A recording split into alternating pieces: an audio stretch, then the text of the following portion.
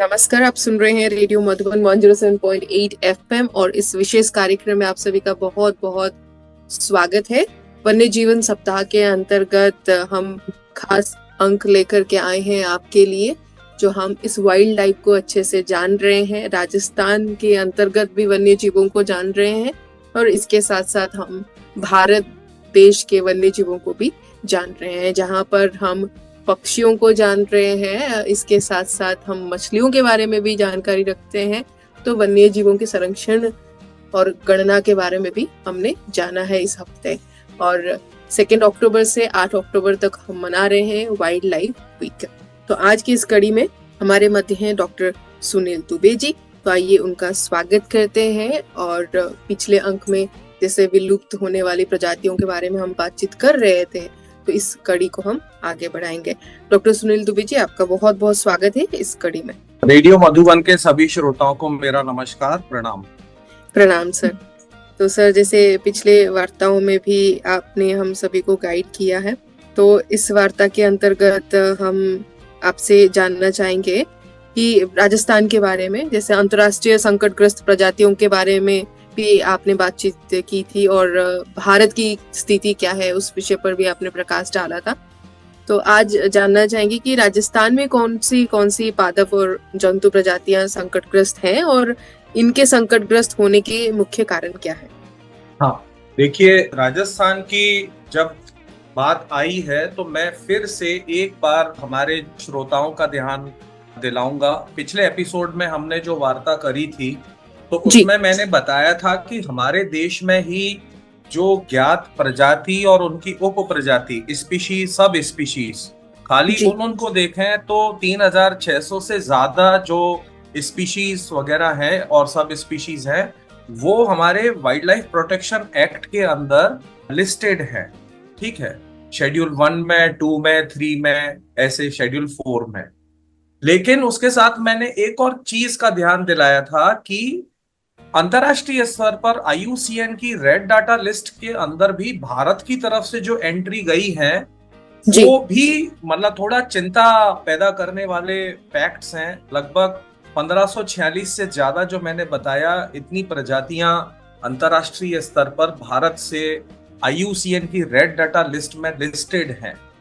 ठीक है, critically endangered में, वल्नरेबल में। ये चिंताजनक चीज है क्योंकि उसमें अंतरराष्ट्रीय स्तर पर संकटग्रस्त प्रजातियों में हमारी देश से भी उन प्रजातियों की संख्या बढ़ रही है जो अंतरराष्ट्रीय स्तर पर पूरे भूमंडल के लेवल पर जो है, जिनकी जनसंख्या कम हो रही है। तो इसी भूमिका को मैं हमारे श्रोताओं को बताते हुए अब मैं राजस्थान पर, जो आपने प्रश्न किया कि राजस्थान में संकटग्रस्त प्रजातियां कौन सी हैं और इनके मुख्य कारण क्या हैं, उस पर मैं थोड़ा सा आता हूं। देखिए, राजस्थान में जो संकटग्रस्त प्रजातियां हैं, वो अगर हम पादपों की बात देखें तो लगभग 60 से ज्यादा पादप प्रजातियां हैं जो हमारे राज्य के अंदर, जिनका डिस्ट्रीब्यूशन बड़ी पिक्यूलियर जगह पर है। कई सारी इसमें एंडेमिक भी हैं, बहुत सारी रेयर कैटेगरी की, यानी नेचुरली ही वो बहुतायत में नहीं उगती हैं। तो उनका जो निवास है, आवास है, हैबिटाट जिसको हम कहते हैं, वो बड़ा स्पेसिफिक होता है कि वो वहीं अनुकूल स्थितियां जहां है वहां उगेंगी। और जब हमने अरावली की कहानी के एपिसोड जो रेडियो मधुबन पे प्रसारित हुए, उसमें हमने जब बात करी कि राजस्थान का अरावली के पश्चिम की तरफ जो शुष्क और अर्ध शुष्क क्षेत्र है बहुत सारा, तो ऐसी स्थिति में इन प्रजातियों को विशेष आवास जो मिलते हैं वो बहुत बड़े बड़े नहीं हैं। ऐसी स्थिति में जो टॉप संकटग्रस्त प्रजातियां हमारे यहाँ पादपों में हैं नॉर्मली, वो 60 से ज्यादा प्रजातियां हैं। और एनिमल स्पीशीज की जब बात करें, जंतु प्रजातियों की, तो करीबन 45 से ऊपर प्रजातियां हैं जो राजस्थान में संकटग्रस्त प्रजातियां, यानी जिनका राष्ट्रीय और उसके साथ अंतरराष्ट्रीय स्तर पर भी संरक्षण का महत्व है। लेकिन हम वापस, जो मैंने पिछली वार्ता में बोला कि संकट का लेवल समझने के लिए सबसे पहले हम लोकल उसकी स्टेटस को हम डॉक्यूमेंट करते हैं। राइट। उसके बाद में फिर हम किसी जिले के लेवल पर प्रजाति के डिस्ट्रीब्यूशन को देखते हैं, राज्य के लेवल पर, फिर देश के लेवल पर। तो मैं वापस उसी पर आ रहा हूं कि राजस्थान में भी अगर हम इन प्रजातियों के लोकल डिस्ट्रीब्यूशन को देखें, उसमें भी वो बहुत कई सारी प्रजातियां हैं जिनका डिस्ट्रीब्यूशन रेयर कैटेगरी में आता है, यानी दुर्लभ श्रेणी में। उनकी आवास, अनुकूल आवास की स्थितियां बहुत ज्यादा नहीं है, छोटी छोटी कहीं कहीं हैं। जैसे मैं भी आपको बताऊंगा, देखिए रेडियो मधुबन का जो कार्यालय है वो ऐसे जिले में है, और उसी के पास एक माउंट आबू जो पश्चिमी भारत की ऊंची सबसे चोटी वहां पर है, और एक ऊंचे पहाड़ पर जहां झील जो सर्दियों में जम जाया करती थी, इसलिए मुझे माउंट आबू से बड़ा लगाव है। लेकिन वही मैं बताऊंगा कि वहां पर भी जो प्लांट मिलते हैं वो केवल माउंट आबू में मिल रहा है, मान लीजिए। कुछ प्लांट हैं जो हमारे शुष्क क्षेत्रों में भी मिल रहे हैं। तो इस तरह से लगभग 60 के लगभग जो पादप प्रजातियां हैं, और उसके साथ में लगभग 45 के लगभग जो जंतु प्रजातियां हैं, वो राजस्थान में संकटग्रस्त की श्रेणी में है, जिनका नेशनल और इंटरनेशनल लेवल तक पे संकट का स्तर है। इसमें दूसरे लेवल पर मैं आऊंगा कि 2007 में एक एक्सरसाइज हुई थी, जो मैंने पिछली वार्ता में आपको बताया कि IUCN जो रेड डाटा लिस्ट है, अंतरराष्ट्रीय स्तर पर संकटग्रस्त प्रजातियों का जो लेखा जोखा रखा जाता है, वो IUCN रेड डाटा लिस्ट के अंदर किसी प्रजाति को किस कैटेगरी में रखा जाएगा, critically endangered, endangered, vulnerable, near threatened वगैरह वगैरह, तो उसके जो मापदंड हैं, कैटेगरीज एंड क्राइटेरिया, और फिर मैंने आपको बताया था जिसमें जनसंख्या का, उनके व्यापार का, उनके प्राणी का कौन सा भाग उनका लेन देन होता है, किस उपयोग में, कई सारा क्राइटेरिया और एक फॉर्मूला जनरेट होता है, और उस फॉर्मूला के आधार पर उसको उस संकट की श्रेणी में रखते हैं। तो उन्हीं कैटेगरीज एंड क्राइटेरियाज का इस्तेमाल करते हुए राजस्थान में 2007 में एक एक्सरसाइज हुई।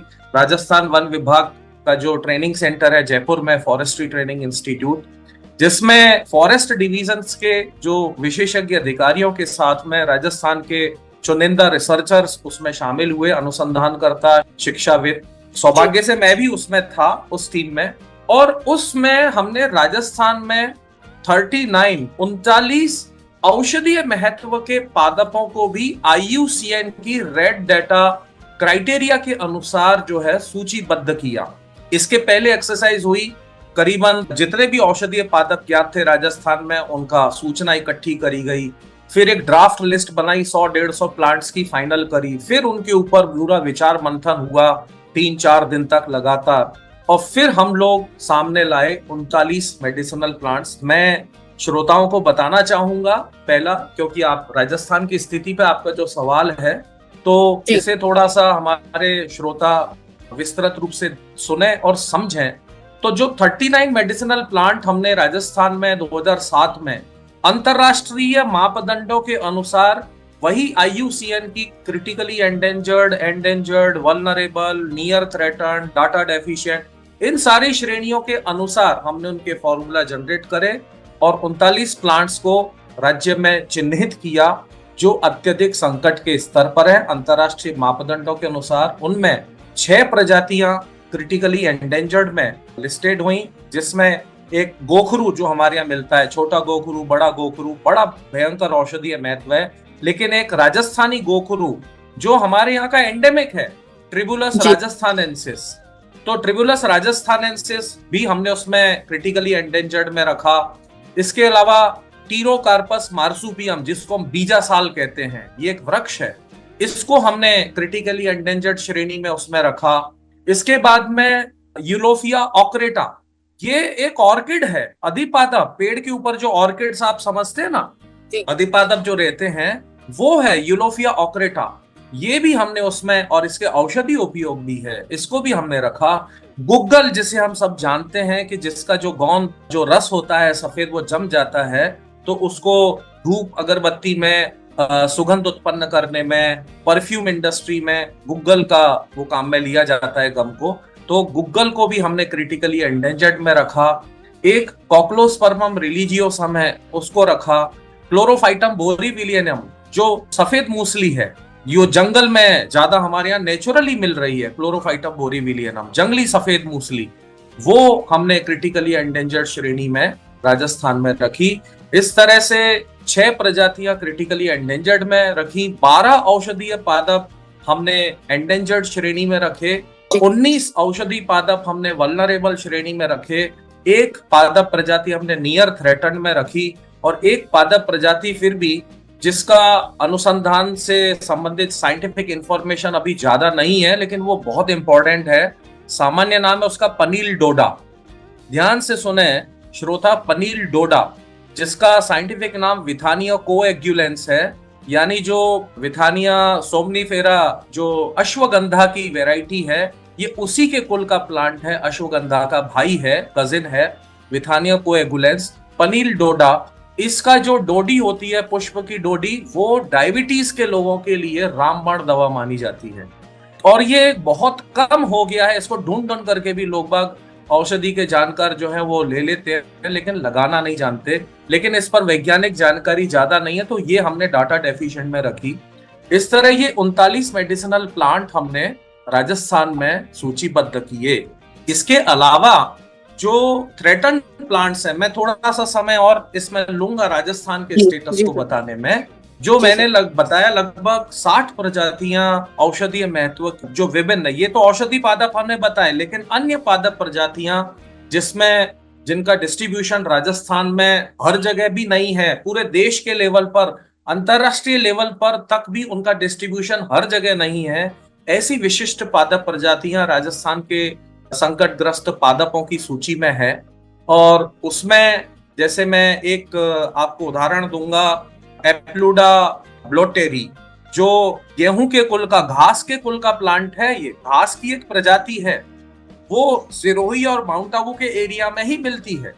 इसके अलावा बेगोनिया ट्रायोकार्पा, ये एक जड़ी बूटी है, छोटा हर्ब है, मतलब झाड़ी भी नहीं है, वृक्ष भी नहीं है, वो आपके माउंट आबू के इलाके में मिलता है।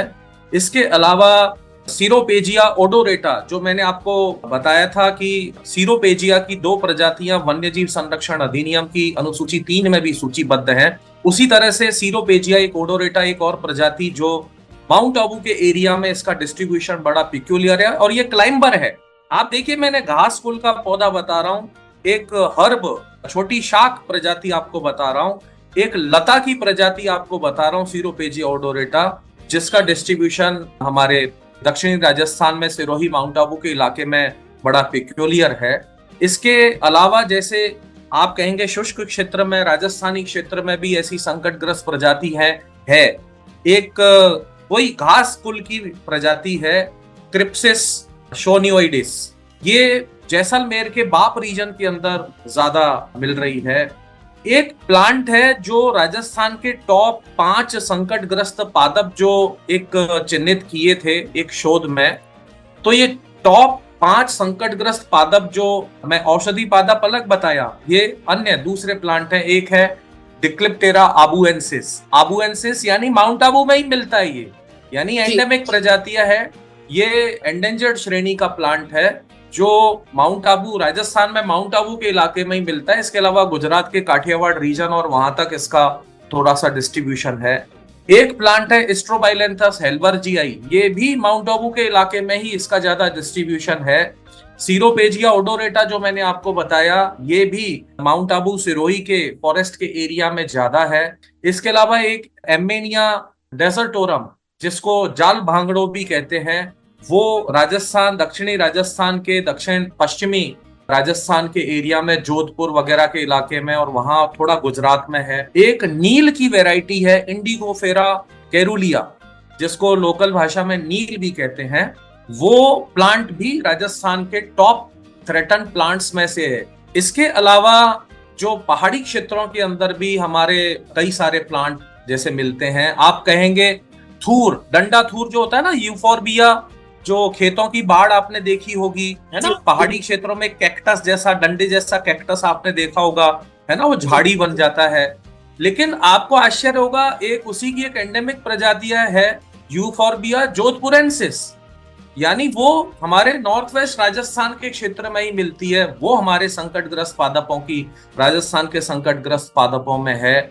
इसके अलावा इंडिकोफेरा कैरूलिया जो मैंने आपको बताया वो है, एक लिया मैक्रोफिला करके है जिसको हस्तीकर्ण कहते हैं।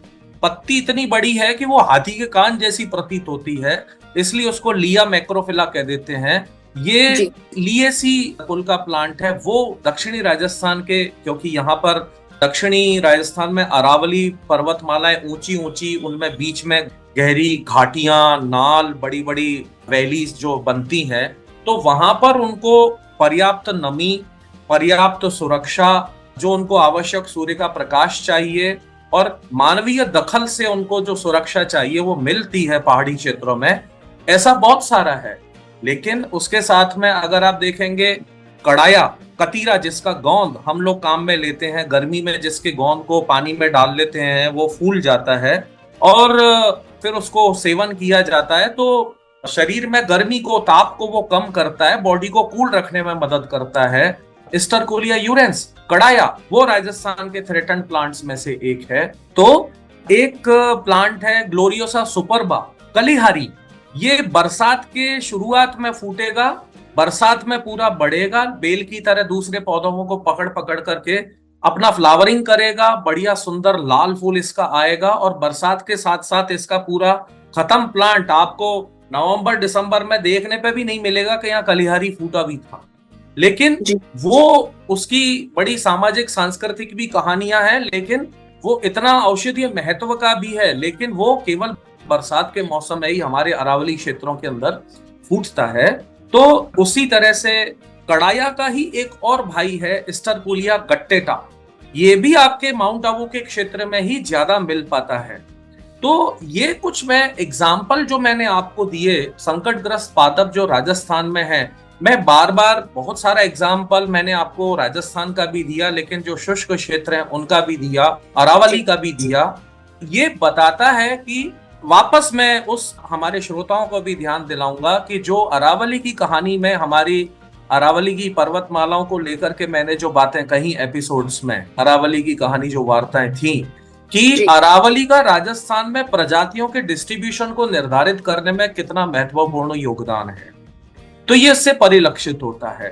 थोड़ा सा समय और लेता हूं, जो राजस्थान में संकटग्रस्त जंतु प्रजातियां हैं, एनिमल स्पीशीज हैं, उनको लेकर के अगर हम उसमें देखें तो बिग कैट्स में हमारे यहाँ बाघ है, राजस्थान में तेंदुआ है, भालू है। इसके अलावा हमारे यहाँ पर चौसिंगा, 4 सींग वाला हिरण है, वो भी हमारे यहाँ है। एक छोटा सा हिरण है जो आपके दोनों हाथ में, आप उसको अपनी उसमें अंजुली में ले सकते हैं, राइट, छोटा सा, जिसको हम कहते हैं माउस डियर।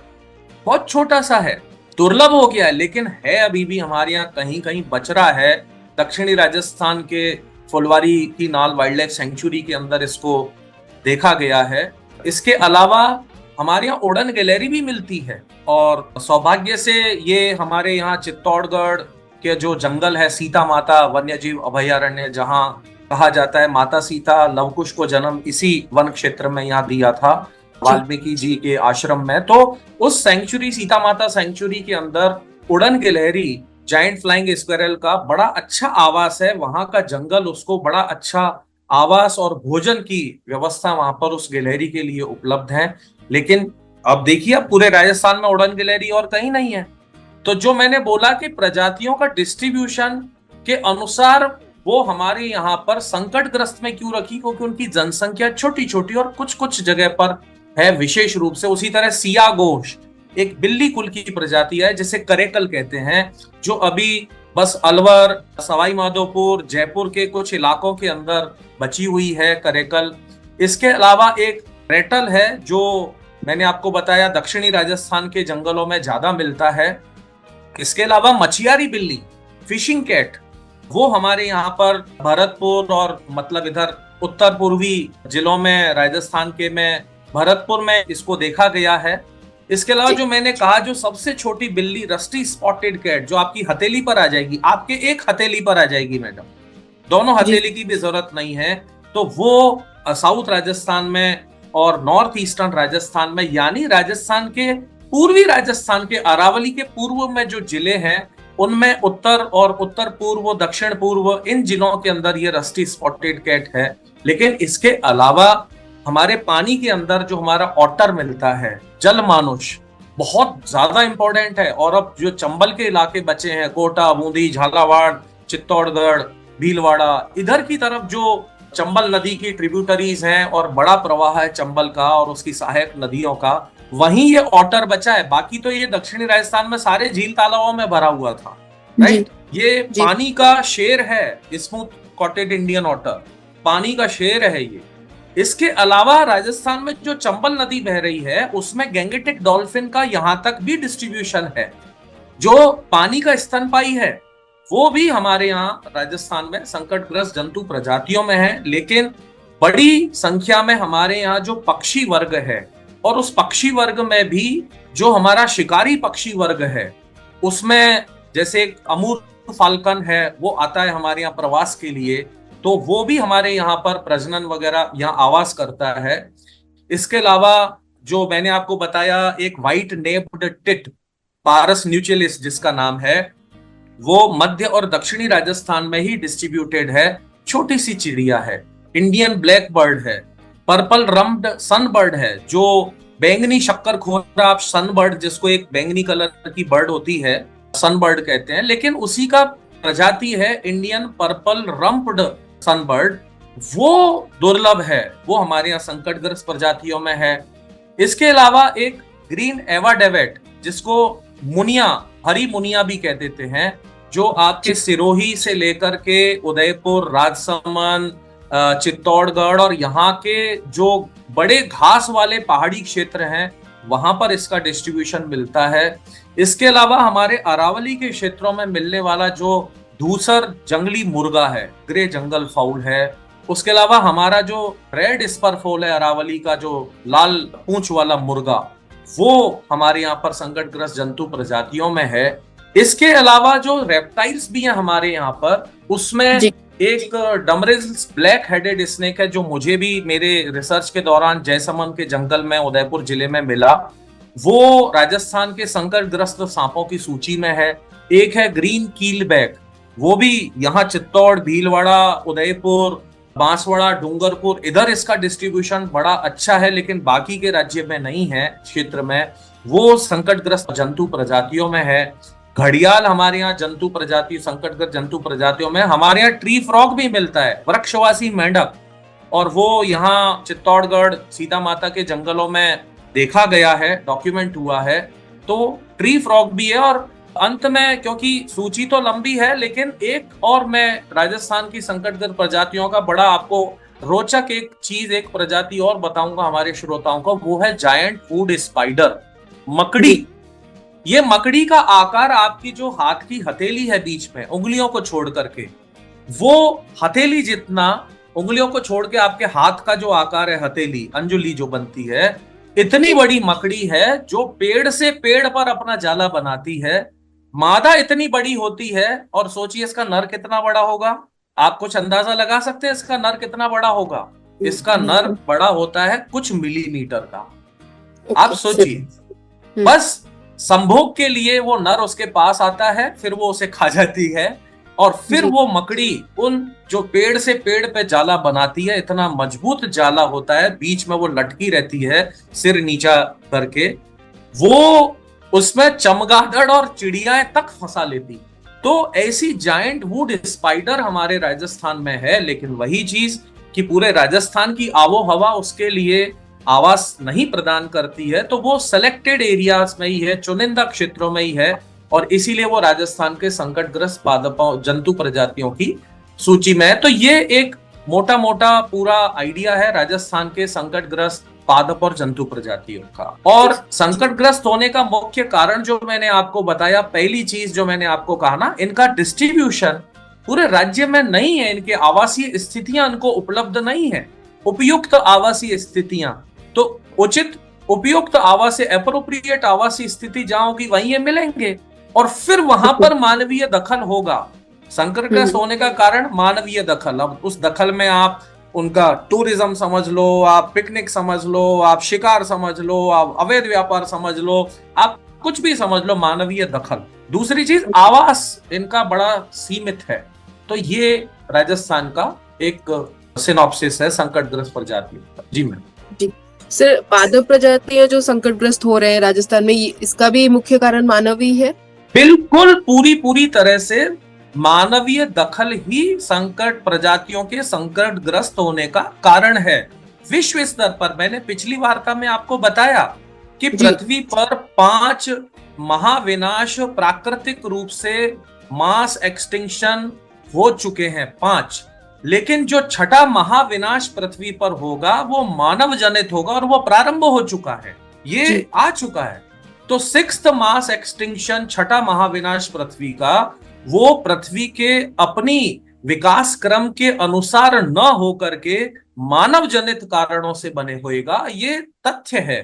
तो पादप प्रजातियां तो और ज्यादा संकटग्रस्त होती हैं जंतु प्रजातियों से, क्योंकि जंतु प्रजातियों को तो भागने का मौका भी है, मान लीजिए, है ना।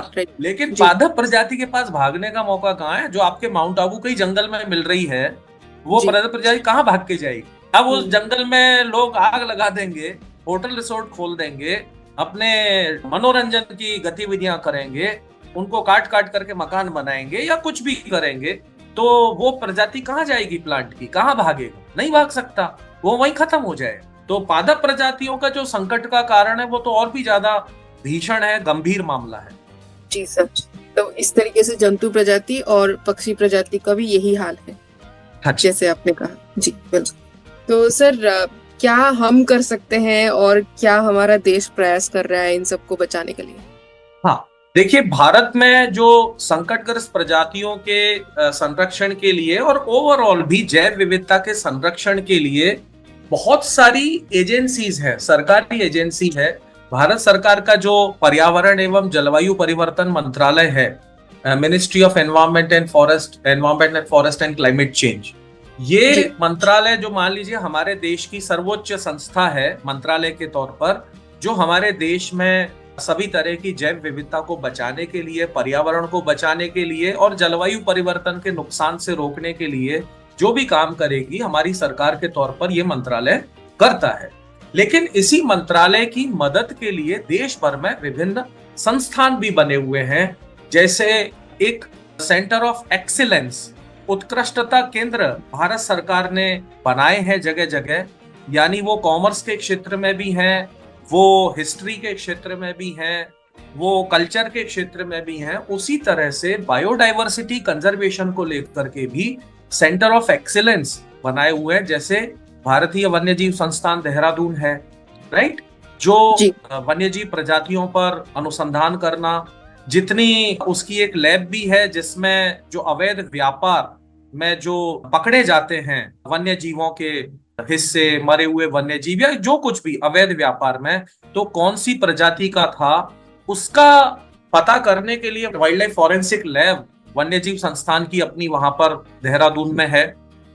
मान लीजिए आपको कोई शॉल मिलती है, जो पश्मीना शॉल आपको बेचने आता है, अभी सर्दी आएगी और आपको कोई व्यक्ति आएगा, वो कहेगा मैं पश्मीना शॉल लाया। पश्मीना शॉल किससे बनती है?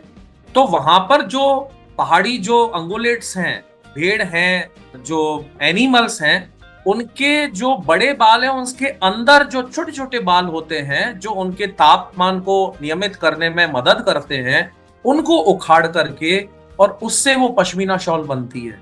इसका व्यापार अवैध है। आपको कोई पश्मीना शॉल बेचने आता है, आप सीधा उसको पुलिस को पकड़वा सकते हैं वन्यजीव अधिनियम में। मैं वापस आता हूं तो वन्यजीव, भारतीय वन्यजीव संस्थान है। इसके अलावा सालिम अली सेंटर फॉर ऑर्निथोलॉजी, पक्षियों के ऊपर काम करने के लिए कोयम्बटूर में एक संस्थान है, जो हमारे देश में वेटलैंड्स का भी रिकॉर्ड रखता है, यानी नम भूमि क्षेत्रों का भी, क्योंकि वहां पर पक्षी आते हैं माइग्रेटरी, सर्द शीतकाल में, ग्रीष्म काल में, तो वो नम भूमि क्षेत्र वेटलैंड्स का भी पूरा रिकॉर्ड रखता है सालिम अली सेंटर फॉर ऑर्निथोलॉजी, और पक्षियों के संरक्षण का भी काम करता है, वो भी सेंटर ऑफ एक्सीलेंस है। बॉम्बे नेचुरल हिस्ट्री सोसाइटी, जिसकी स्थापना भारत के महान पक्षीविद डॉक्टर सालिम अली और उनके दोस्तों ने की थी, बॉम्बे नेचुरल हिस्ट्री सोसाइटी, वो एक बड़ा संस्थान है। उसके अलावा जूलॉजिकल सर्वे ऑफ इंडिया, यानी जंतु प्रजातियों को लेकर के अनुसंधान, संरक्षण, जन जागरूकता उनको लेकर के विभिन्न कार्यक्रम चलाना, शैक्षणिक सामग्री बनाना, वैज्ञानिक सामग्री तैयार करना, जो कुछ हो सकता है। जूलॉजिकल सर्वे ऑफ इंडिया जिसका मुख्यालय कलकत्ता में है वो है। उसी तरह से वानस्पतिक प्रजातियों को लेकर के botanical survey of India BSI Lucknow वो भी हमारे यहाँ पर स्थापित है, जहां देश भर की जितनी पादप प्रजातियों को लेकर के काम हो सकता है। अभी नई नई प्रजातियां भी खोज रहे हैं, उनके साइंटिस्ट घूमते रहते हैं, सर्वे करते रहते हैं और नई नई प्रजातियां भी हमारे देश के जो डेटाबेस है उसमें जुड़ती जा रही हैं। इसके अलावा जो फर्न और मॉस, आप समझते हैं, जो मॉस घास भी हमारे गार्डन में कुछ पौधों को लगाने के लिए माली ले आते हैं, मॉस जो फर्न की वैरायटी हैं। इसके अलावा जो फर्न और भी हैं, इनके संरक्षण के लिए, यानी ये पूरा पादप कहलाते हैं। असल में पूरा पादप का मतलब है कि ये अभी जो आपको बड़ी वृक्ष प्रजातियां और जंगल देख रहे हैं, ये इनसे भी पहले से व्याप्त हैं, पूरा पादप कहलाते हैं। और इनके मॉस, ब्रायोफाइट, फर्न्स, मॉसेस, इनके संरक्षण तक के लिए, पूरा पादप प्रजातियों तक के संरक्षण के लिए Birbal Sahni institute of palaeobotany, पूरा वनस्पति विज्ञान का केंद्र बीरबल साहनी इंस्टीट्यूट, वो हमारे देश में स्थापित है। राजस्थान के अंदर अगर हम देखें तो काजरी central arid zone research institute, जो zoological survey of India, botanical survey of India, wildlife institute of India, ministry of environment and forest, अन्य जो भी एजेंसी हैं उनके साथ में मिलकर के काम करता है या विभिन्न प्रजातियों। और आपको बड़े मजे की बात बताता हूं कि काजरी, जिसका कार्यालय जोधपुर में है, राजस्थान में उन्होंने यहाँ की जो दीमक प्रजातियां हैं मिलती हैं उन तक का डाटाबेस बनाया हुआ है। चींटी प्रजातियां जो यहाँ मिलती हैं राजस्थान में, इन तक का डाटाबेस उन्होंने बनाया है। पादप प्रजातियां और उसको लेकर के तो है, और उसके अलावा जो ओरण है हमारे यहाँ, देववन, यानी देवी देवता संत महात्मा, इनके नाम से कोई वन क्षेत्र हम मानते हैं, वहां पेड़ों को नहीं काटते, जंतु प्रजातियों को नुकसान नहीं पहुंचाते, ऐसे ओरण जैव विविधता के संरक्षण के लिए बड़े अच्छे एरिया होते हैं। तो राजस्थान के ओरणों का भी एक पूरा दस्तावेजीकरण काजरी जोधपुर ने किया हुआ है। इसके अलावा भारत सरकार ने जो विभिन्न प्रोजेक्ट भी चलाए हैं और आगे भी चलाते रहते हैं, जिसमें project tiger, project hangul, project elephant, project rhino, project dolphin, ऐसे करके बहुत सारे प्रोजेक्ट जो है वो भारत सरकार चलाती रही है और आगे भी नए नए प्रोजेक्ट ऐसे पर्टिकुलर एनिमल स्पीशीज को लेकर के। इसके अलावा भारत सरकार का एक और बहुत इंपॉर्टेंट एक केंद्र है जिसका नाम है wild life crime control bureau. Wild life crime control bureau में यदि आप भी वॉलंटियर बनना चाहें तो आप भी बन सकती हैं। आपकी पहचान, उसमें जो वॉलंटियर होते हैं उनकी वास्तविक पहचान कहीं उजागर नहीं होती है, और उसके द्वारा उसके सदस्य बनकर के, वॉलंटियर बन के कहीं पर भी वन्य जीव प्रजातियों का, पादप जंतु प्रजातियों को कोई अवैध व्यापार कर रहा है, लेन देन कर रहा है, बेचान कर रहा है, मार रहा है, लेके जा रहा है, कुछ भी आपको ऐसा लगता है, तो आप wild life crime control bureau volunteer के तौर पर आप उनको पकड़वाने में मदद कर सकते हैं। मैं जस्ट एक उदाहरण देता हूँ। हमारे उदयपुर के क्षेत्र में, चित्तौड़गढ़ जिले में एक गांव वाला है और वो सांपों को और इनको भी बचाता है, और वो ऑनलाइन संपर्क में आया और तमिलनाडु से एक बंदा उसको स्टार टॉर्टोइस, जो मैंने आपको बताया, जो संकटग्रस्त प्रजातियों में हमारे यहाँ कछुआ भी है, तारा कछुआ जिसको हम कहते हैं, जो हमारे अरावली के क्षेत्रों में बड़ा मिलता है, तो तारा कछुआ की किसी भी तरह से उसको रखना, घर में रखना भी जो है वो कानूनन अपराध है स्टार टॉर्टोइस को। और उसके पास ऑफर आया कि मेरे पास एक स्टार टॉर्टोइस है, आप खरीदना चाहो, इतने लाख रुपए लगेंगे। उस गांव वाले को कोई होश नहीं था कि मैं इसको कैसे पकड़वाऊं। उसने हमसे संपर्क किया, हमने wild life crime control bureau की मदद से उसको वहां चेन्नई में पकड़वा दिया। तो wild life crime control bureau इस देश में एक ऐसा संस्थान है जिससे आम जन भी, जो लोग हैं, जानकार लोग हैं, वो जुड़ करके देश में वन्य जीवों को लेकर के जितने भी अपराध होते हैं उन सबको लेकर के वो काम करता है। एक है ट्रैफिक, जिसका पूरा नाम है trade record analysis of flora and fauna in commerce, यानी व्यापार वाणिज्य के अंदर जितने भी तरीके से पादप और जंतु प्रजातियों का लेन देन, व्यापार, ट्रांसपोर्टेशन कुछ भी होता है, तो ट्रैफिक जो ये संस्था है ये इसके ऊपर निगाह रखती है। यानी ट्रैफिक एक तरह से साइटीज, जो मैंने कल आपको बताया कन्वेंशन जी of international trade of endangered species of wild fauna and flora, CITES, उसके साथ में काम करती है। तो अंतरराष्ट्रीय स्तर तक जो पादप जंतु प्रजातियों के अवैध व्यापार, परिवहन, इन सब को लेकर के ट्रैफिक, भारत में ट्रैफिक इंडिया का यूनिट है जो उसको लेकर के काम करता है। इसके अलावा हमारे देश में बहुत सारी जो IUCN की कैटेगरीज और क्राइटेरिया लेकर के हमने राजस्थान में वर्कशॉप करी, जो 39 मेडिसिनल प्लांट करे, जिसका जी नाम रखा conservation assessment and management prioritisation, यानी संरक्षण का आकलन करना और उनके प्रबंधन की प्राथमिकता निर्धारित करना। कैंप वर्कशॉप तो राजस्थान में हुई जिसमें हमने 39 मेडिसिनल प्लांट चिन्हित किए। इसी तरह ये कैंप वर्कशॉप देश के कई भागों में हुई हैं। तो जो हमारे दूसरी एजेंसीज हैं, प्राइवेट संस्थान भी हैं, वे भी मिलकर के इस तरह की कार्यशालाएं और डाटाबेस इंटरनेशनल स्टैंडर्ड का वो बनाते रहते हैं। तो ये जी एक सिनॉप्सिस है कि भारत में सरकारी और गैर सरकारी स्तर पर क्या प्रयास हो रहा है। जी मैम। जी सर। तो सर आपसे जानना चाहेंगे कि भारत के बात आपने कही कि क्या क्या हैं सुविधाएं और कैसे हम सहयोग दे सकते हैं, तो विश्व भर में संकटग्रस्त प्रजातियों को किन किन चुनौतियों का सामना करना पड़ रहा है इस वक्त? हाँ, देखिए, ये बहुत इंपॉर्टेंट क्वेश्चन है जिसको हमें समझना चाहिए। और मैंने पहले की वार्ताओं में ये मेंशन किया है, लेकिन मैं आज और स्पष्ट रूप से हमारे रेडियो मधुबन के सभी श्रोताओं को आपके माध्यम से बताना चाह रहा हूं कि विश्व स्तर पर सबसे बड़ा जो व्यापार है वो है हथियार। जी इसीलिए तो देशों को लड़ाया जा रहा है आपस में, जी ये हथियारों का मार्केट चलता है। दूसरा सबसे बड़ा व्यापार है ड्रग्स। तो जितने भी आतंकवादी संगठन मुख्य रूप से हैं, उनका फंडिंग ये ड्रग्स के व्यापार, परिवहन को लेकर के ही फंड जनरेट होते हैं। और भी दूसरा, तो ड्रग्स का व्यापार दूसरा सबसे बड़ा व्यापार। लेकिन तीसरा सबसे बड़ा व्यापार क्या है पता है? पादप जंतु प्रजातियों की स्मगलिंग व्यापार। अब आप सोचिए, ये तीसरा बड़ा व्यापार है। किसी को पता होगा, अंदाजा होगा? हमारे ज्यादातर श्रोताओं को ये अंदाजा नहीं होगा कि विश्व भर में तीसरा सबसे बड़ा जो व्यापार है वो पादप और जंतु प्रजातियों का अवैध व्यापार है।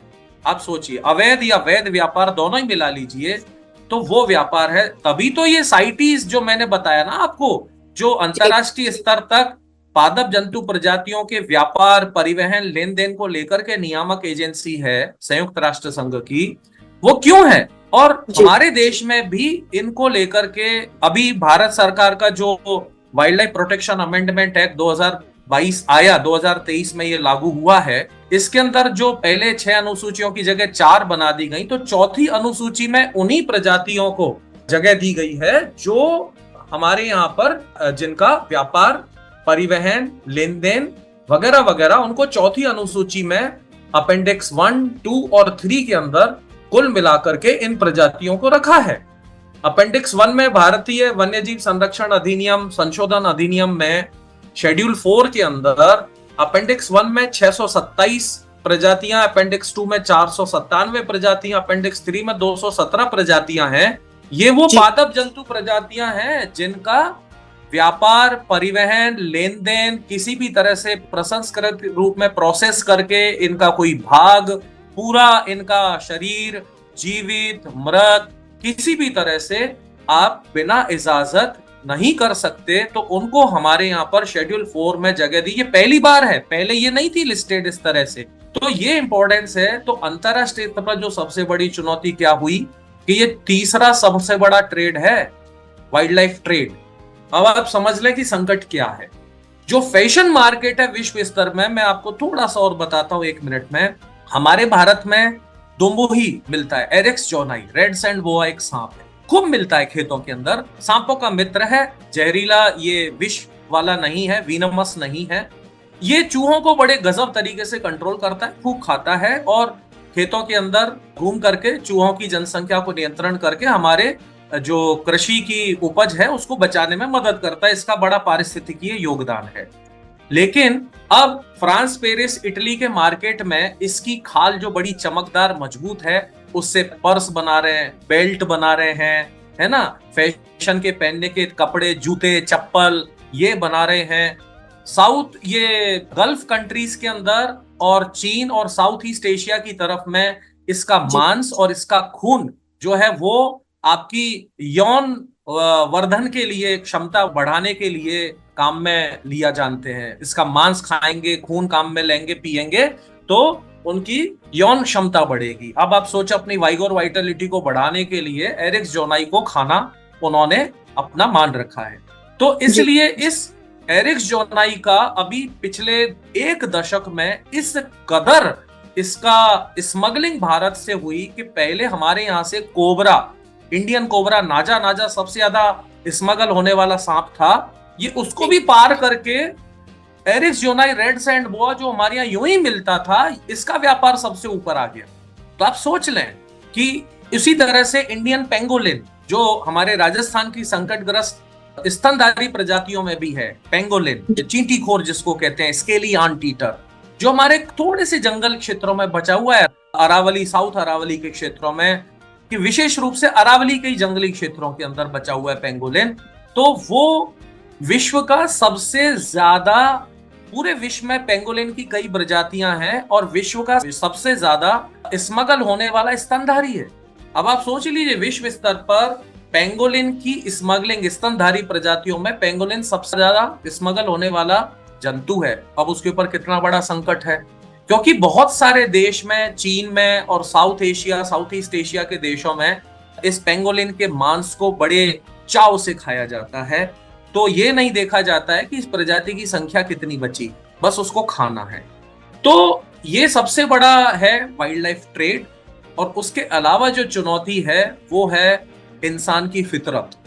क्योंकि मैं और किन किन चुनौतियों पे जाऊं, मैं गिना दूंगा, परिवहन है, डेवलपमेंटल प्रोजेक्ट हैं, क्लाइमेट चेंज हो रहा है, एनर्जी एमिशन हो रही है, ग्लोबल वार्मिंग हो रही है, ये सब बाद के प्रभाव हैं। पहली है इंसानी फितरत, कि इंसान जो प्रकृति को बिगाड़ रहा है, तो वन्यजीव प्रजातियों का आवास नष्ट हो रहा है। तो दूसरा मुद्दा है चुनौती वाइल्ड लाइफ ट्रेड के बाद वन्यजीव आवासों का नष्ट होना। ध्यान रहे, विश्व स्तर पर जैव विविधता को सबसे बड़ा संकट का कारण है प्रजातियों के आवास नष्ट होना। और आवास नष्ट होने के क्या क्या तरीके हैं? अर्बन एक्सपेंशन है, हमारे मनोरंजन के लिए, हमारे शौक के लिए, हम जंगलों तक में घुस रहे हैं, अपने रिसोर्ट बना रहे हैं, होटल बना रहे हैं, अपनी मनमर्जी कर रहे हैं, समुद्र तटीय क्षेत्रों में जा करके हम पिकनिक मना रहे हैं, पानी में घुस रहे हैं। आप समुद्र तटीय क्षेत्र में कितने बार सारे शोर एरिया के ऑर्गेनिज्म होते हैं, मरीन ऑर्गेनिज्म, हम सोचते ही नहीं है कि हम उनके आवास में जा करके कितना ज्यादा व्यवधान कर रहे हैं। तो ये मानवीय व्यवधान जो है वो, तो 2 बड़े कारण मैंने आपको तो बता दिया। पहला wild life trade, illegal wild life trade, और दूसरा destruction of wild life habitat. जो मैंने आपको कहा कि राजस्थान में भी संकटग्रस्त प्रजातियां क्या हैं, राजस्थान में ही वो प्रजातियां कम कम जगह पर वितरित हैं, जैसा जहां आवास है। अब उस आवास में जाकर के 1 मिनट में मैं एक चीज और यहाँ जोड़ देता हूं कि अभी वर्षा काल चल रहा था, अभी खत्म होने आया वर्षा काल। आप देखिए, वर्षा काल में लोग बाग पिकनिक मनाने के लिए झरने, बहते पानी के इलाके, इनमें जा रहे हैं। और वहां जाकर के जो बहते पानी के छोटे छोटे पूल हैं, गड्ढों में पानी भर रहा है, बह रहा है, उनमें कूद कूद करके नहा रहे हैं, मजे कर रहे हैं, मस्ती कर रहे हैं, हल्ला मचा रहे हैं, अपने फोटो ले रहे हैं, डाल रहे हैं, वाह, एंजॉय कर रहे हैं, मजा आ रहा है। यही समय है जब पानी के क्षेत्रों में डाउन स्ट्रीम से अप स्ट्रीम, एक जल स्रोत से दूसरे जल स्रोत, हमारी मछलियां, हमारे मेंढक, हमारे केकड़े, हमारे झींगे, हमारे जलचर, छोटे छोटे अन्य, ये माइग्रेशन करते हैं। छोटे छोटे पानी के पूल जहां भर जाते हैं, वहां पर वो प्रजनन करते हैं। और वही जब वहां प्रजनन करते हैं तो वहां पर मॉस्किटो को ब्रीडिंग करने का, मच्छरों को ब्रीडिंग करने का मौका नहीं मिलता, वो उनके लार्वा को खा लेते हैं। अब हम जा करके उन सब जगह व्यवधान कर रहे हैं हमारे मजे करने के लिए। बाद में मॉस्किटो ब्रीडिंग बढ़ जाएगी और फिर हम लोग, क्योंकि मछली, मेंढक, झींगे, केकड़े, इनके आपने प्रजनन होने ही नहीं दिया, इनकी तो संख्या आपने रहने ही नहीं दी। अब उस पानी में मच्छर को ब्रीडिंग करने से कौन रोकेगा? फिर आप डेंगू, चिकनगुनिया, मलेरिया, आप इनका मजा लेते रहिए, जो भयंकर प्रॉब्लम आजकल बना हुआ है डेंगू। तो ये समझना पड़ेगा संबंध कि मानवीय व्यवधान सबसे बड़ा जो है वो कारण है। जी मैम। जी सर, तो सर क्या पिकनिक करने के लिए नहीं जाना चाहिए पानी के क्षेत्र में, या उसका कोई पर्टिकुलर समय होता है? जाइए ना पानी के क्षेत्र में, लेकिन पानी में काहे कूद रहे हैं? सवाल ये है, आप झरने, बहती नदी के किनारे जाइए, झरने के किनारे जाइए, तालाब के किनारे, झील के किनारे बैठिए, वहां उन पानी में जो जलचर विचरण कर रहे हैं उनको देख के खुश होइए, उनके फोटो लीजिए, उनको देखिए वो कहाँ कैसे रह रहे हैं, कैसे मूवमेंट कर रहे हैं, वहां पर पक्षी आसपास रह रहे हैं, वहां की पादप प्रजातियां कैसे रह रही हैं। ये थोड़ी ना बात होती है कि बरसात के दौरान जब पानी की बहाव क्षेत्र हैं, हम जी वहां जाकर के उनके बहाव में व्यवधान उत्पन्न कर रहे हैं। पानी की प्रजातियों के माइग्रेशन का हमको ज्ञान ही नहीं है कि वो माइग्रेट करते हैं प्रजनन के लिए। भाई वो भी नए आवास ढूंढने के लिए माइग्रेट करते हैं। अब पानी की प्रजातियां गर्मी में तो माइग्रेट नहीं कर पाएंगी ना, जहां पानी नहीं होगा। तो इसका मतलब है जब उनको फ्लोइंग वाटर कंडीशंस मिलेंगी तभी तो माइग्रेशन भी कर पाएंगे, नई नई टेरिटरी बना पाएंगे, नई नई जगह जा पाएंगे, एक जलाशय से दूसरे जलाशय में जा पाएंगे, अपने प्रजनन के लिए छोटे छोटे जहां जहां पानी उनको मिल जाता है 2-3 महीने में अपना प्रजनन करते हैं, संख्या बढ़ाते हैं और फिर अपने अपने जो साल में गर्मी के दौरान या बरसात के बाद जो जलाशय है बाद में उसमें वो जीवित रहते हैं। तो जी ये करें। ये नहीं है कि हमको ये लाइसेंस नहीं है, प्रकृति ने अनुमति नहीं दी हुई है कि हम इन जल स्रोतों में जाकर के कूद जाएं और यहाँ व्यवधान उत्पन्न करें। व्यवधान नहीं चाहिए। मैंने आपको बताया नक्की झील जो सर्दियों में जम जाती थी, इस पर खड़े हो जाते थे लोग बाग बर्फ पर, अब वो नहीं जम रही है तो वो आपको अच्छा नहीं लग रहा होगा क्योंकि। जी और दूसरा वहां की जो जंतु पानी की प्रजातियां हैं वो भी आप समझ सकते हैं कि उनके ऊपर क्या नुकसान हो रहा है। तो इसलिए ये पिकनिक मनाने का मतलब ये नहीं है, मनमर्जी नहीं है। जी मैम। ओके। जी सर, थैंक यू सर। तो सर अभी हम आपसे जानना चाहेंगे कि विभिन्न देशों के बीच संकटग्रस्त प्रजातियों के संरक्षण के लिए सहयोग कैसे बढ़ाया जा सकता हाँ देखिए, संयुक्त राष्ट्र संघ जो विश्व की सर्वोच्च संस्था है जिसमें सभी देश, अधिकांश देश, विश्व के लगभग सभी देश सदस्य हैं और उसकी बहुत सारी आनुषंगिक इकाइयां हैं जो जलवायु परिवर्तन पर भी काम करती हैं, प्रजातियों के संरक्षण पे काम करती हैं। तो IUCN जो मैंने आपको बताया, international union for conservation of nature, वो उसकी आनुषंगिक इकाई है जिसमें संयुक्त राष्ट्र संघ के सभी सदस्य देश उस IUCN के मार्फत जो प्रजातियां हैं, उनके संकटग्रस्त प्रजातियां हैं, उनके संरक्षण के लिए काम कर सकते हैं। पहला चीज अनुसंधान को बढ़ावा देना और विभिन्न प्रजातियों से संबंधित जो आवश्यक वैज्ञानिक जानकारी है उसका अभी भी बहुत अभाव है। वो अभाव दूर करने के लिए जो है सदस्य देश अपने स्तर पर अपने वैज्ञानिक जगत के द्वारा उसमें अपने कंट्रीब्यूशन दे सकते हैं। उसी तरह world wide fund for nature WWF भी अंतरराष्ट्रीय संस्था है जो वन्य जीवों के संरक्षण के लिए बहुत अच्छा काम करती है। साइटीज जो मैंने बताया वो काम करती है। IUCN के अंदर विशेषज्ञों के विभिन्न आयोग भी बने हुए हैं, जैसे जो संरक्षित वन क्षेत्र है, sanctuary, national park, tiger reserve वगैरह वगैरह, तो इनको हम कहते हैं प्रोटेक्टेड एरिया। तो इसका अंतरराष्ट्रीय आयोग है IUCN का, world commission on protected area. उसी तरह से एक है विभिन्न प्रजातियों को लेकर के है, जैसे आप सारस क्रेन पे काम कर रहे हैं, आप वूली नेक डिस्टॉर्फ पे काम कर रहे हैं, आप पाइट टिट पर काम कर रहे हैं, आप एलिफेंट पर काम कर रहे हैं, आप ऑक्टोपस पे काम कर रहे हैं, आप स्पाइडर पे काम कर रहे हैं। तो उन टैक्सा के अलग अलग प्रजातियों के जंतु और पादप प्रजातियों के अलग अलग विशेषज्ञ हैं, विशिष्ट। तो वो स्पीसी सर्वाइवल कमीशन है IUCN का, उसमें उनके अलग अलग थीमेटिक ग्रुप हैं। कमीशन ऑन इकोसिस्टम मैनेजमेंट, पारिस्थितिकीय तंत्र के स्तर पर प्रबंधन को लेकर IUCN का आयोग है।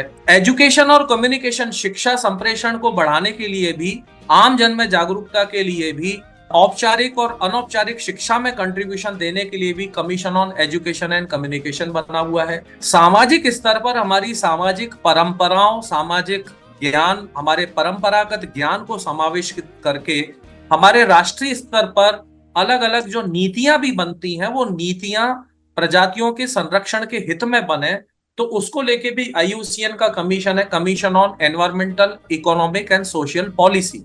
उसी तरह से कमीशन ऑन एनवायरमेंटल लॉ, ऐसे ऐसे कमीशन है। मैं आपको बताना चाहता हूं कि सौभाग्य से मैं भी 2009 से मैं IUCN के 5 इन वर्ल्ड कमीशंस में सदस्य हूं। तो मैं world commission on protected area, species survival commission, commission on ecosystem management, commission on education and communication, और commission on environmental economic and social policy, उनमें मैं सदस्य हूँ। उनमें जो थीमेटिक ग्रुप है घुसपैठी अदेशज प्रजातियां, इन्वेजिव एलियन स्पीशीज पर मेरा विशिष्ट काम है, तो मैं स्पीशीज सर्वाइवल कमीशन के इन्वेजिव स्पीशीज स्पेशलिस्ट ग्रुप में सदस्य हूँ। ये मैं एक उदाहरण दे रहा हूं मेरे से, क्योंकि मैं खुद सम्मिलित हूं। लेकिन अब मैं आ रहा हूं कि विश्व स्तर पर जो सहयोग है, जो संयुक्त राष्ट्र संघ के सदस्य देश हैं सभी, तो उसी की आनुषंगिक इकाई है IUCN, WWF, साइटीज, ये सब हैं। तो इनके अंदर UNFCCC, United Nations framework convention on climate change, इन सब में अपने वैज्ञानिक जगत के साथ अपने यहाँ पर उचित पॉलिसी बना करके, अपने यहाँ जो व्याप्त समस्याएं हैं, प्रजातियों का स्तर है, उनसे संबंधित जानकारी, दस्तावेजीकरण और उनको बचाने में जो अंतर्राष्ट्रीय स्तर पर सहमतियां बने, उनको लेकर के ये देश गंभीरता से काम करें। मैं थोड़ा सा आपको इसमें इसलिए उदाहरण देता हूं कि IUCN के तो ये विभिन्न कमीशन सब और वो सब बन सकते हैं, बने हुए हैं, है ना। भारत में मैंने आपको बताया ministry of environment, forest and climate change है, इसके सेंटर ऑफ एक्सेलेंसेस भी बने हुए हैं, zoological survey of India, botanical survey of India वगैरह वगैरह भी बने हुए हैं। लेकिन फिर भी हमारे देश तक में अभी IUCN के जैसे विशेषज्ञों के आयोग हैं, और अधिकाधिक संख्या में जो लोग भी पादप जंतु प्रजातियों पर शोध कर रहे हैं, वो अपने शोध को, अपने ज्ञान को इसमें इनकॉर्पोरेट, कंट्रीब्यूट कर सकें। भारत में भी उसका होना आवश्यक। भारत में भी ऐसे आयोग बनने चाहिए, और उसमें देश भर से जितने तरह के जो लोग काम कर रहे हैं संरक्षण के, जो भी अनुसंधान कर रहे हैं, विशेषज्ञता रखते हैं, ज्ञान रखते हैं, विभिन्न आयोग इसी प्रकार से IUCN के विश्व आयोगों की तर्ज पर इनको बनाया जाए। दूसरी तरफ जो विश्व स्तर पर कुछ देश हैं जो अवैध हथियारों के प्रयोग में, ड्रग्स के व्यापार के लेन देन में और उनके मदद से पैसा कमा के आतंकवाद बढ़ाने में जो एक्टिव देश हैं, अंतरराष्ट्रीय स्तर पर ऐसे देशों को चिन्हित करके उनके जो ट्रेड सर्किट हैं, अवैध जो व्यापार लेन देन है वाइल्ड लाइफ को लेकर के, उसको ड्रग्स को लेकर के, क्योंकि ड्रग्स भी बहुत सारी कई पादप प्रजातियों से भी बनती हैं। अफीम की खेती बहुतायत से कुछ देशों में, समीपवर्ती हमारे भारत के देशों में होती है। मैं देश का नाम नहीं ले रहा, लेकिन वहां अफीम, चरस, गांजा, इनकी खेती इतनी भयंकर होती है, स्मैक, हेरोइन, ये सब उनसे जो बनती हैं, और ये फिर अन्य देशों में सप्लाई करके पैसा कमाते हैं, और वो पैसा वैश्विक आतंकवाद तक में काम आता है। तो उन देशों को चिन्हित करके अंतरराष्ट्रीय स्तर पर उनके वो ट्रेड सर्किट जो हैं, व्यापार के उनके जो सर्किट बने हुए हैं, उनको भी जो है रोका जाए। तो जो सदस्य देशों हैं उनको अपने यहाँ पर जो IUCN के जो प्रावधान हैं, संरक्षण के प्रयास हैं, अपने यहाँ पर उनको अपने हित को छोड़ करके अंतरराष्ट्रीय हित को ध्यान में रख के काम करना चाहिए। भारत में भी इसी प्रकार अनुसंधान संस्थान है, लेकिन उसमें जो नौकरी लगे हुए विशेषज्ञ हैं, इसके अलावा यूनिवर्सिटी हमारे यहाँ भरी पड़ी है, सैकड़ों विश्वविद्यालय जहां पर हमारे एकेडेमिया के लोग हैं, उनके शोध को कोई नहीं पूछता। मैडम, मैं आपको एक हकीकत बताता हूं। राजस्थान में वन क्षेत्रों में बहुत सारी अनुसंधान कार्य होती हैं, PhD रिसर्च होती हैं, MSc की रिसर्च होती हैं, और भी बहुत सारे रिसर्च वैज्ञानिक जगत करता है।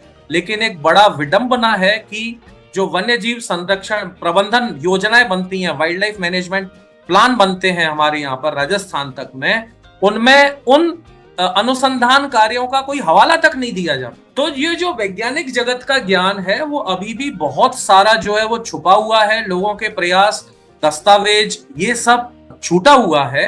इसको हमें ज्यादा से ज्यादा शामिल करना चाहिए, अंतरराष्ट्रीय, राष्ट्रीय और राज्य स्तर पर, ये आवश्यक है। जी मैम। जी सर, बिल्कुल। और जैसे ये सारी चीजें हो रही है और विश्व में विशेषज्ञों की मंडली है, लेकिन इंडिया में नहीं है, तो आप जो इंडिविजुअल प्रैक्टिस कर रहे हैं और संस्थाओं के साथ, सरकारों के साथ जुड़े हुए हैं, तो सब मिलकर के क्या कर सकते हैं, या आम जनता आपको कैसे सहयोग दे सकता है? यही चीज देखिए, जैसे मैंने पिछली वार्ता में रेडियो मधुबन के सभी श्रोताओं से निवेदन किया कि जो भी 9वीं 10वीं कक्षा से ज्यादा पढ़े लिखे हैं, वे भारत के वन्यजीव संरक्षण अधिनियम 1972 और उसके बाद के संशोधन और जो लेटेस्ट संशोधन अधिनियम 2023 में जो आया है, इसको पढ़ें। आपके देश में जो जैव विविधता संरक्षण को लेकर के जो विभिन्न प्रावधान बने हुए हैं। मैं आपको एक चीज बताता हूँ, आपने सड़क पर बहुत जगह कई शहरों में आपने देखा होगा मोर पंख के जो पंखे हैं, छोटे छोटे ऐसे मोर पंख के उत्पाद आपने बिकते हुए देखे होंगे, देखे हैं? जी जी जी जी। है ना? ये अवैध है। अब हमारे आम जन को ये नहीं मालूम है कि मोर पंख ये शेड्यूल 1 का प्राणी है। मोर, इसको आप बिना अनुमति, और ये राष्ट्रीय प्राणी का दर्जा है। आज भी कहीं मोर अगर मर जाता है ग्रामीण क्षेत्रों में, बकायदा तिरंगे से ढक करके उसको श्रद्धांजलि देके उसका दाह संस्कार किया जाता है पुलिस की मौजूदगी में। राष्ट्रीय पक्षी का दर्जा दिया हुआ है। लेकिन कितने लोग जानते हैं? तो मोर पंख का व्यापार लेन देन हो रहा है, ये हमारे आमजन को नहीं मालूम है ना। उसी तरह से कितने लोगों को मालूम है कि पनील डोडा जो विथानिया कोएगुलेंस है, पनील डोडा वो लुप्त प्राय हो रहा है। लेकिन डायबिटीज के कंट्रोल के लिए आपको कई जगह पंसारियों पर पनील डोडा मिल जाएगा। सवाल ये कहां से ला रहे हैं? एक हत्था जोड़ी जिसको हम कहते हैं, जो असल में मॉनिटर लिजार्ड, जो चंदन गो पाटा गो जिसको हम कहते हैं, उसके वृषण कोश हैं असल में, है ना। मेल पार्ट जो प्रजनन का पार्ट है, वृषण कोश है असल में वो। और इस मछली, इस छिपकली को, पाटागो को, मॉनिटर लिजार्ड को घायल करके, पूरी मर भी ना जाए उससे पहले घायल करके, बेहोश करके, कैसे भी करके या मार करके, और फिर उसके पेट वाला जहां से पिछले पैर निकलते हैं, जहां से उसका अवस्कर द्वार है, वहां उसको चीर करके या इवन आग पर जला करके उसकी खाल को फाड़ करके उसके वृषण कोश को निकाल लिया जाता है, जो दो हिस्से बीच में एक डंडी पर जुड़े हुए हैं। तो हत्था जोड़ी कहला दिया। इसको हमारे यहाँ पर तंत्र विद्या में, या आपके ऊपर जो अला बला जो तथाकथित जो मानते हैं जादू टोने टोटके वगैरह, ये दूर करने के लिए हत्था जोड़ी आपको बेचने के लिए बहुत से लोग मिल जाते हैं और हम वो ले लेते हैं। वो कहते हैं ये तो फला प्लांट की जड़ है। हत्था जोड़ी किसी प्लांट की जड़ नहीं है। लेकिन ये ज्ञान कैसे मिलेगा? तो आम जन का योगदान पहला ये है कि वो ज्ञान ले। जो संकट, जो घुसपैठी जंतु और पादप प्रजातियां, इन्वेजिव एलियन स्पीशीज हैं, जो हमारी स्थानीय प्रजातियों को खा रही हैं, हमारे पारिस्थितिकी तंत्र को खा रही हैं, उनका ज्ञान ले। संरक्षण के अंतर्गत जो जंतु प्रजातियां संकटग्रस्त श्रेणी में हैं, उनके बारे में जाने, और वो प्रजातियां फिर जहां मिलें। देखिए, जो सर्प बचाव का भी काम करते हैं ना, स्नेक रेस्क्यू का, वो बिना लाइसेंस के और बिना सरकारी अनुमति के स्नेक रेस्क्यू नहीं करते हैं। कोबरा को पकड़ करके कोई भी और ये फोटो खिंचा करके सोशल मीडिया पे डाल देगा, वो अवैध है, पकड़ा जाएगा, पुलिस केस हो जाएगा उसके ऊपर, क्योंकि वो शेड्यूल स्पीशीज है, आप उसकी हैंडलिंग नहीं कर सकते। यानी कि जो बचाव के लिए भी, आप जब पादप जंतु प्रजातियों का बचाव करें तो उसके सरकारी प्रोटोकॉल क्या है, ये भी हमें जानना पड़ेगा। तो ज्ञान लेना तो आवश्यक हो गया। तो आम जनता की पहली भूमिका है ज्ञान लेना, दस्तावेजों को पढ़ना, इनसे संबंधित कानूनों को पढ़ना। और मैंने आपको बताया, हमारे शैक्षणिक व्यवस्था में ऐसे पाठ हमारी पुस्तकों में नहीं है। तो हमारी औपचारिक शिक्षा के अंदर ये सारे इस तरह के ज्ञान इनकॉर्पोरेट करना, इनके पाठ तैयार करना, स्थानीय प्रादेशिक उदाहरण उसमें खूब सारे भरना, फोटो के साथ में उनके उदाहरण देना, ताकि उनके फोटो से हमारे बच्चे उनको पहचानना सीख सकें। ये है आम जनता। जो पिकनिक मनाने, जो आपने सवाल करा, जाते हैं वर्षा काल में, उस समय ये भूल जाते हैं कि ये पानी उन जलीय जंतु प्रजातियों का आवास है। आप थोड़ी सी दया रख लीजिए, कंपैशन रख लीजिए, बस प्रजातियों के लिए दया रख लीजिए, संजीदगी रख लीजिए, तो आप उनके आवासों में व्यवधान करना बंद कर देंगे। राइट। कई जगह आपने देखा कि हमारे बिजली विभाग, पावर लाइन्स हैं, ऊपर तार जा रहे हैं तो वो पेड़ों की छटनी करते हैं, बिल्कुल आवश्यक है। लेकिन उसमें कई ऐसे बड़े क्रेजी कर्मचारी होते हैं, क्रेजी शब्द यूज कर रहा हूं, अति उत्साही और ऐसे मन मर्जी वाले, वो देखते हैं कि पेड़ की डालियों को कौन छांटे, पूरे ठूंठ कर दो, नीचे से मेन स्टेम से काट दो, भाड़ में जान दो इसको। ये जो हमारे आम जो कर्मचारी भी हैं, हमारे एसडीएम, हमारे पटवारी, हमारे तहसीलदार, ये तक हमारे इन जो जैव विविधता संरक्षण को लेकर के जो कानून हैं, विभिन्न प्रावधान हैं, इनका वैज्ञानिक ज्ञान है, कुछ नहीं जानते हैं। मैं आपको हकीकत बता रहा हूं, पुलिस ये नहीं जानते हैं। जब कोई इनको इन मामलों को बताता है, तब ये संबंधित उन नियम कानूनों को तलाश करते हैं कि वो क्या कर सकते हैं, अन्यथा उसका ज्ञान नहीं होता। उसी तरह से हमारे जो जनप्रतिनिधि हैं वे तक जो नदी के अंदर लैंडस्केपिंग करा दे, अब सोचिए नदी के अंदर कॉन्क्रीटाइजेशन लैंडस्केपिंग करा दे, उस जनप्रतिनिधि के ज्ञान को आप क्या बोलेंगे? तो ऐसे ऐसे जो जनप्रतिनिधि हैं जो एक कोनो कार्पस पेड़ पूरे राजस्थान में जो भरे जा रहे हैं तंजानिया का, तो स्थानीय पेड़ों का महत्व जिनके ज्ञान में नहीं है वो हमारे जैव विविधता संरक्षण को लेकर क्या तो नीति बनाने में अपना जनप्रतिनिधि का रोल करेंगे, क्या ऐसे अधिकारी जैव विविधता को बचाने में करेंगे जिनको ये समझ ही नहीं आ रहा कि कोनो कार्पस हमारे लिए लाभदायक नहीं है पेड़। तो ये ज्ञान लेना बहुत ज्यादा आवश्यक है आम जनता के द्वारा। और दूसरा है जागरूकता और संजीदगी। कुछ भी प्रकृति में आप अपना क्रियाकलाप करें तो उसको करने से पहले थोड़ा सोचें। आप पैसा फेंक करके टूरिज्म करना बहुत अच्छा समझते हैं, लेकिन इसका मतलब ये नहीं है कि 20-20 जिप्सियां लेकर के टाइगर के पीछे आप लगा दें, चारों तरफ से घेर लें और आपके कैमरे लाखों लाखों रुपए के कैमरे गन मशीन की तरह आवाज करते हैं और वो चला चला के आप उनके चटक फोटो खींचें। ये टूरिज्म नहीं होता, राइट? इसी तरह टूरिज्म सेक्टर में अनुमतियां दे देते हैं कहीं भी होटल बनाने की, रिसोर्ट बनाने की, ये सारी चीजें लैंडस्केपिंग करने की। ये क्योंकि हमारे लोगों को, ये आम जन का ही तो भाग है ना भाई। सरकारी अधिकारी, कर्मचारी, जनप्रतिनिधि कौन है? आम जन से ही तो पैदा हुए ना, पढ़ लिख करके नौकरी मिली है, काम कर रहे हैं। तो जब इनके अंदर ये ज्ञान होगा ही नहीं तो ये योगदान कैसे दे पाएंगे? पहली चीज, इनको ये ज्ञान लेना सरकारी तौर पर संवैधानिक प्रावधान होना चाहिए कि इनको ये ज्ञान लेना आवश्यक है। दूसरी तरफ जो हमारे जैव विविधता संरक्षण अधिनियम 2002 में आया, बायोलॉजिकल डाइवर्सिटी एक्ट, और उसमें मैंने शायद पहले भी वार्ताओं में बताया था कि हमारी जो स्थानीय नियामक एजेंसी है, पंचायत, जिला परिषद, नगर परिषद, नगर निगम, यहाँ पर जैव विविधता प्रबंधन समितियों का गठन होना संवैधानिक प्रावधान है। और जैव विविधता, लोक जैव विविधता पंजिका, पीपुल्स बायोडाइवर्सिटी रजिस्टर, जिसमें आपके बायोडाइवर्सिटी, प्लांट, एनिमल, सब तरह के उनके चेकलिस्ट हैं, प्रजातियों की सूचियां, फिर उनके विभिन्न उपयोग, उपभोग, किस किस तरह से वो काम में आते हैं, उनका महत्व क्या है, वो सब दस्तावेज होता है। तो बायोडाइवर्सिटी मैनेजमेंट कमेटी का गठन हमारी पंचायतों में नहीं हुआ है, कागजों में है। राजस्थान में 10,000 से ऊपर बायोडाइवर्सिटी मैनेजमेंट कमेटी बता रखी है, कहां पर है? आप अपने गांव में, अपने सिरोही के कई ग्राम पंचायतों से पूछें, क्या उनके यहाँ जैव विविधता संरक्षण अधिनियम 2002 के अंतर्गत जैव विविधता संरक्षण समिति, बायोडाइवर्सिटी मैनेज कमेटी का गठन हुआ है? पीपुल्स बायोडाइवर्सिटी रजिस्टर तैयार हुआ है? नहीं हुआ है। तो यानी जो कानून भी हमारे यहाँ संवैधानिक प्रावधान बन रहे हैं, हमारे यहाँ के स्थानीय स्वशासन निकाय तक भी उनके प्रावधानों के बारे में जानते ही नहीं है। अन्यथा ये बायोलॉजिकल डाइवर्सिटी एक्ट इतना इंपॉर्टेंट है जो हमारे आम जन, हमारे पंचायतों को ये पूरा पूरा अधिकार देता है कि उनके क्षेत्र के किसी भी प्लांट, एनिमल प्रजाति को कोई भी व्यक्ति, बाहरी व्यक्ति वहां पर हाथ तक नहीं लगा सकता उनकी अनुमति से। आप सोचिए, इतने इंपॉर्टेंट नियम कायदे हैं। तो इसीलिए मैंने कहा ज्ञान लेना बहुत ज्यादा आवश्यक है। प्रकृति, प्राकृतिक संसाधन, प्रजातियां, पादप प्रजातियां, जंतु प्रजातियां, संकटग्रस्त प्रजातियां, इनके संरक्षण के उपाय, और आजकल तो सोशल मीडिया और मोबाइल नेटवर्क और ये सब बहुत उपलब्ध है।